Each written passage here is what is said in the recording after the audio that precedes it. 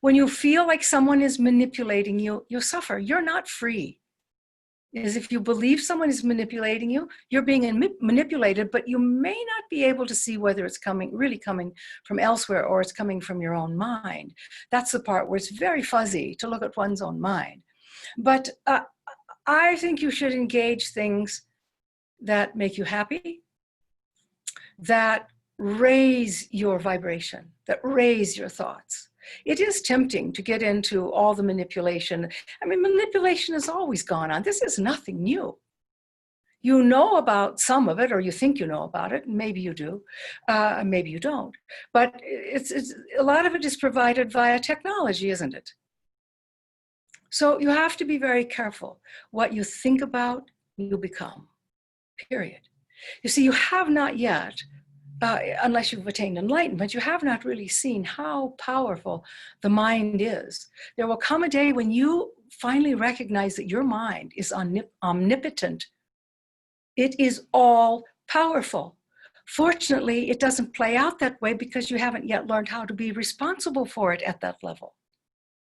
So when you dwell upon things that remind you that somebody else is feeding you something or trying to manipulate you, take away your freedoms. I mean, your freedoms aren't really out there. I know it seems like they are, but they're really inside. I don't know if some of you may remember, this was back a long time ago when certain hostages, I think it was back in the 80s, hostages from the US and some of the Western countries in Europe were taken in Iran. And there was a fellow there by the name of Terry Waite. He was a reporter, actually, and he was in prison a long time. And when he came back, he went back to England. And when he went back and was interviewed about his oppression, everyone was amazed because he said, oh, no, do you hate your oppressor? Oh, no. He had an enlightenment experience in the very face of being beaten, humiliated, and all of that. And he could look into his oppressors' faces and see the divine. Now, he didn't know how to explain that because he didn't really know what he was seeing. But the whole multi-year pattern left him with phenomenal compassion. And when he came home, he didn't write those stories pointing out what everybody was doing wrong anymore. In fact, it was like a big change. I guess we use, Christian terminology, say he had a conversion of sorts. But it wasn't to anything. It wasn't that he went to one tradition or another, but he had been opened by that experience. And we would look at that and say, that's terrible, nobody should have to go through that. And at one level, they shouldn't. But you see, he wasn't in prison. He was enlightened. And that's what I want for all of you. And what I see is so many people get caught up in these theories or these stories, and it's impossible. They suffer, they worry, they can't sleep at night. They lose their sense of ease and well-being. And they're always looking out for who's the next controlling factor or whatever. Now, you see, what you have to understand, and I realize many of you don't fully understand this, although you think you get it conceptually. So let's go deeper. Whatever reality you see on Earth appears to be the only one. I sometimes talk about the conventional reality, meaning the one that everybody more or less agrees upon. And that has to do with, how you see each other, how you see relationships, how you view your government, it's just the conventional world, and people mostly agree on that. Within that, there will be sharp disagreement, of course, and that's part of the creative part of it. But that reality is one. And if you can, I'd like you to consider that there may be numerous realities all playing out at the same time. Where in some realities, the people that one reality sees as the goods are presented as the bads. Here's a philanthropic person. Oh, he can't be up to any good. If he's giving his money away, he must be getting something out of it. And so we go to this suspicion, which is a delusion, and suspicion causes suffering. Now you're living in a time where people have an option of believing anything they want to believe. And I would never take someone's belief away from them because they have it for a reason. You have whatever you see as good for a reason.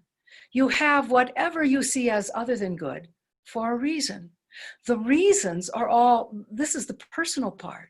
They are there to help you attain your enlightenment. And so getting too caught up in the world has some dangerous aspects to it. That said, I encourage everybody to vote. Not to get so caught up in the elections that you lose your sense of balance, but to vote. And sometimes, as many of you know, you may not have a candidate you really like, so you end up voting for what's that phrase? The lesser of two evils. That's all right. You still cast your vote, but you're not too attached to how it comes out because your attachments manipulate you.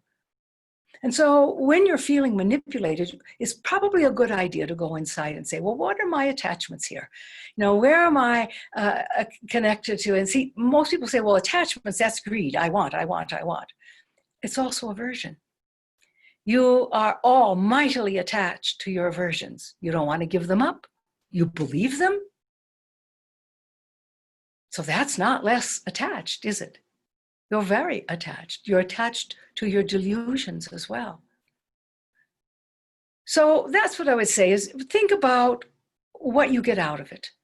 And some people say, well, I'm getting all this knowledge, even if they can't really, you know, everybody has sources. Well, I've fact-checked this with so-and-so.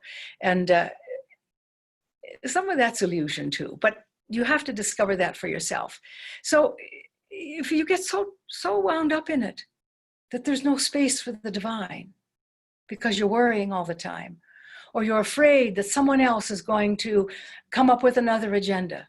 Believe me, the people who do that have been around forever. It's not something that's new to this time. It may seem more powerful now because they're able to reach wider audiences. But is it good for you? Do you feel empowered? Oh, you say, yes, I know this. All right. But how do you feel about what you have just learned?